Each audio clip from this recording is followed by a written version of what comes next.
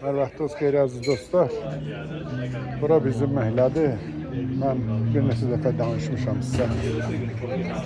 Bax, görürsünüz, restoranlarda yer yoxdur. Yəni insan axını belə çoxdur. Hələ indi saat 7-dir. Təsəvvür edin ki, birazdan burada tərpənmək olmayacaq. Nə bilim, çalan, çağıran, oxuyan, deyən, gülən.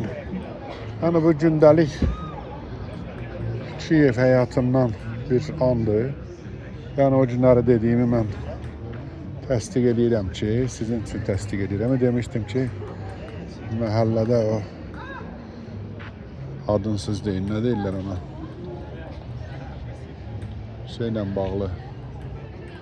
İnsan çoxluğu ilə bağlı da, yəni material olacaq. Onu deyirdim. Yəni biləsiniz. Görürsünüz ki, adam da oradan da çoxdan çıxdı. Belə. Yəni, birazdan bu meşənin içində yer olmayacaq. Hamı yığışacaq ora, bura. Hamı deyir, gülür. Yəni müharibədə belə bir nigarançılıq yoxdur. Bunu biləsiniz. Və bu vacib şərtdir, mən biləm. Heç bir görürsünüz o tərəfdə də, kimsə orada da. Hamı öz işində, gücündə. Nə demək istəyirəm?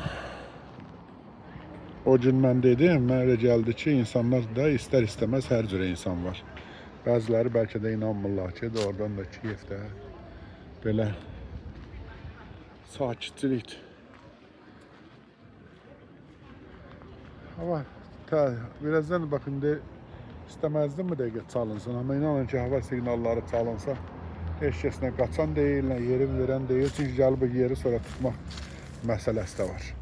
O yeri gəlib tuta da bilməzsən. Niyə qırılıb?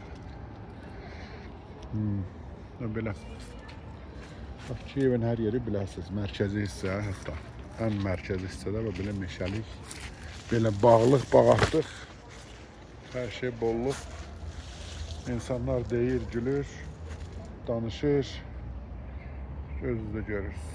Yəni bunu istədim ki, görəsiniz. Mən adam utanır başqalarını çəkməkdən, icazə verməzlər bəlkə də. Çünki hərə bir kəsdən gəlib, hərə bəlkə bir özünün bir sirri var filan. Özünüz də gördünüz ki, elə belə yarı gizli çəkiliş oldu. İnandırıram sizi. Hələ bu çöldəki yerlərdə, içəridə kondisioner olan yerlərdə heç tərpənmək olmur. Bütün mərkəz hissəsi və bütün restoranlar belə doludur. Bunu istədim, biləsiniz. O günləri demişdim. Ola bilsin kimlərsə elə bildi ki, mənə nəsə söz xatirinə deyirəm. Sağ olun, salamat qalın. Axşam görüşəcəyik, danışırıq.